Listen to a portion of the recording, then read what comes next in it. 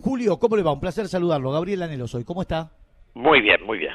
¿Cómo anda? Bueno, ¿cuándo los políticos se van a ocupar un poquito de la gente, Julio? Digo, escucho desde el oficialismo, desde la oposición, desde la izquierda, desde la derecha, desde el centro, desde el querido Oscar Aliende, desde Alzogaray, todos se pelean. No hay uno que haga algo por la gente. A ver, nosotros venimos desde el último golpe fracturado. Con Alfonsín hubo un momento de armonía. Hubo un momento donde Cafiero la acompaña en el balcón contra el golpe. Hubo momentos de encuentro. Yo participé en toda esa etapa de lo que era el acuerdo con Chile. Me parece que después hubo una etapa con Menem y después ya viene todo en decadencia absoluta. Ahora, en este contexto donde el oficialismo, que son los que tienen que gobernar, se sacan los ojos, digo, ¿qué análisis se puede hacer de esta pelea interna del oficialismo donde el kirchnerismo junto con la cámpora, el fernandismo, si se me permite el término, con algunos muy lejanos del peronismo, hoy se enfrentan casi cruelmente tratando de quedarse en el poder? Digo, ¿qué podemos analizar de esto, Julio? Que se terminó la etapa histórica del kirchnerismo. Yo digo siempre, ya se había terminado cuando gana Macri. Los errores de Macri le devuelven al kirchnerismo el poder. Pero lo de Alberto fue unos años en los cuales nosotros, los ciudadanos normales, no entendimos dónde quería ir. Y una cosa que me molesta cuando yo lo escucho agarrársela contra Macri solamente, digo no porque yo lo defienda a Macri, sino el hecho de que nosotros llevamos 4 décadas en caída. No es un solo gobierno, el kirchnerismo también es parte de esta decadencia. Si no asumimos que entre enemigos no hay democracia y salimos de esta conflictividad, no va a haber esperanza de un futuro mejor, ¿no? ¿Cree que es cruel para la Argentina hoy este enfrentamiento tremendo que hay entre dentro mismo del oficialismo? Sí, pero es cruel, es lastimoso, es decadente. Ninguno de los sectores nos atrae. Es muy dramática la decadencia de la política argentina. Yo le decía anoche a Nelson, ¿no? A Nelson, es decir, cuando uno lo ve a acompañar a la calle Pou, a Mujica, y invitarlo a la asunción de Lula, uno siente envidia de esa democracia donde son adversarios, se respetan, se integran. De eso nosotros no tenemos nada. El mismo Chile que se va a la izquierda, se va con armonía, no hay una dirigencia política que discute ideas. Nosotros, la pobreza de ideas es brutal. Casi diríamos que la política debate intereses, no ideas, ¿no? ¿Los intereses son mantenerse en el poder? El principal es la prebenda, eso es cierto. La prebenda porque de un lado y del otro de la grieta hay nombramientos, hay negociados. Fuera de la grieta casi no hay rebeldía.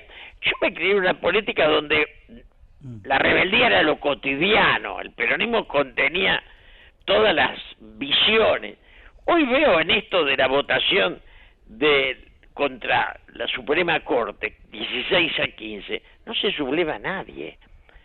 No se sublevan porque yo le diría que son como rentados, están cumpliendo una tarea donde la obediencia hace que nadie se mueva. Eso es muy triste. Lo de la Corte es absurdo porque la gente está desesperada. No tenemos ni una ley de alquileres y salen a una guerra que no pueden ganar y que además carece de sentido para el resto de la sociedad. Yo sabe, Julio, perdóneme que lo interrumpa y no quiero tratar de ignorante a la gente de ninguna manera, pero sabe que yo creo que si hacemos una encuesta, nos paramos en Corrientes y Florida, agarramos 10 personas al azar y le preguntamos cuál es la función de la Corte, o si la gente cree que en algún momento la tiene que utilizar, no sabe y no cree. Digo, es un tema pura y exclusivamente político, no es de agenda para la clase de ciudadanos de todos los días, Julio. Yo lo escuchaba Alberto en su reportaje con María O'Donnell y le daba el tema de la Corte. Es un problema de ellos, absolutamente de ellos. Por eso. Y además usted y yo sabemos que no tiene solución porque no tienen mayoría. O sea, es una ofensa a la sociedad en una crisis como la actual dedicarse a algo que no tiene destino.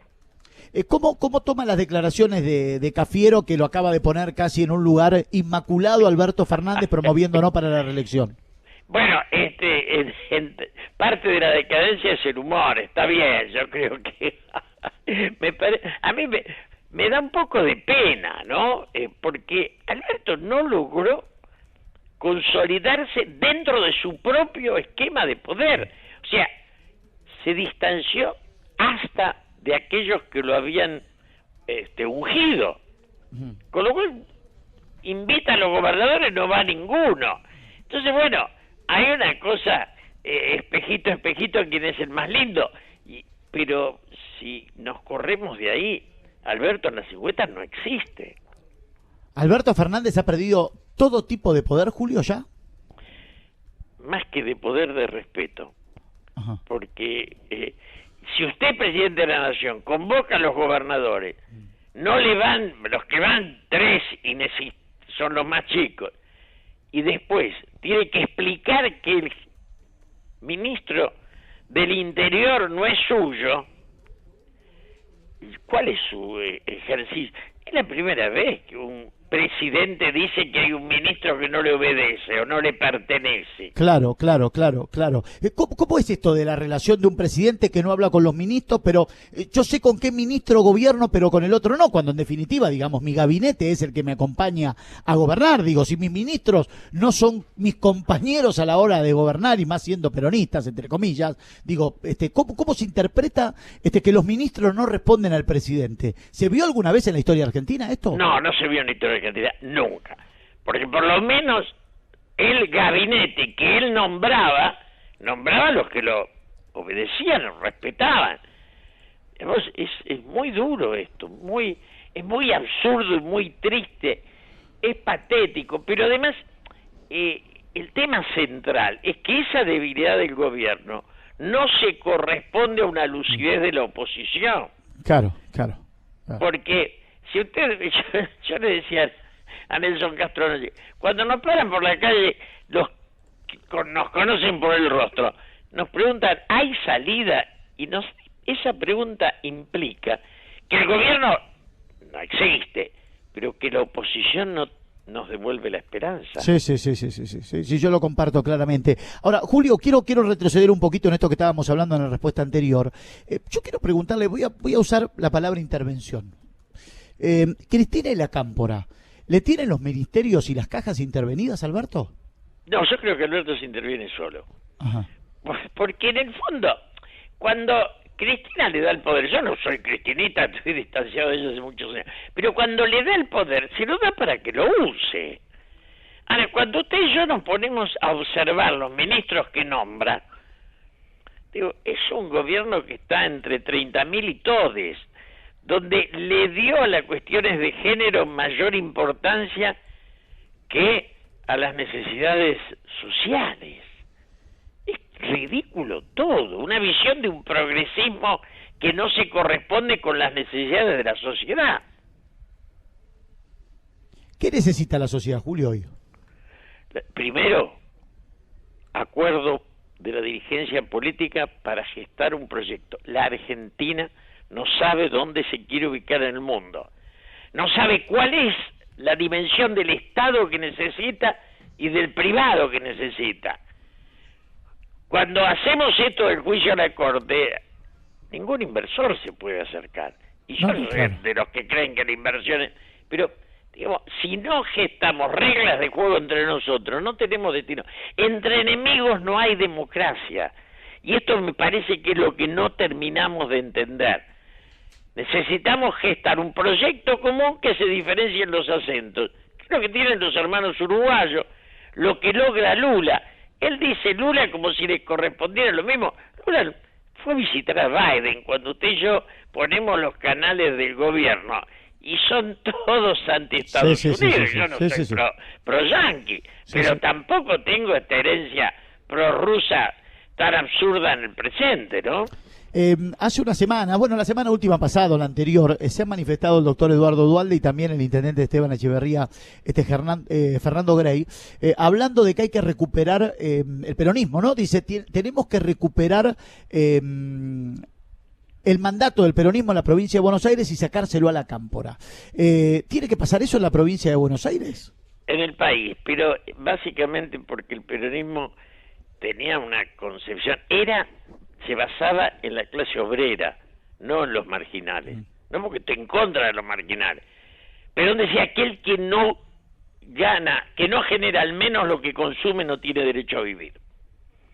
O sea, era la producción, el esfuerzo, era una concepción totalmente distinta a este progresismo del todes. Entonces, en ese sentido sí hay que recuperar el peronismo. Ahora, yo no soy un fanático de la historia del peronismo. Nosotros necesitamos hacer una síntesis. Aquel abrazo Perón-Malvin era superador del peronismo y del radicalismo. Era un encuentro de un destino común. Y eso hoy lo tenemos que reformular. Desgraciadamente, usted y yo nos ponemos a pensar que entre Macri y Cristina no hay ninguna posibilidad de que se dé lo de entre Mujica y digamos, el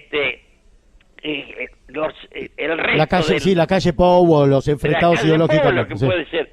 Pero eso no se da porque no hay grandeza. La política tiene que volver a ser el sueño de trascender. Me parece que eso hoy no está. Se me ha habido Sanguinetti, ¿no? Que siempre lo digo, me parece un personaje, un conservador maravilloso. Pero digo, nosotros necesitamos, en aquel abrazo de Mujica y Sanguinetti, está el reencuentro de Perón con Malvin y está la necesidad de un futuro común. Si la democracia es entre enemigos, es fracaso.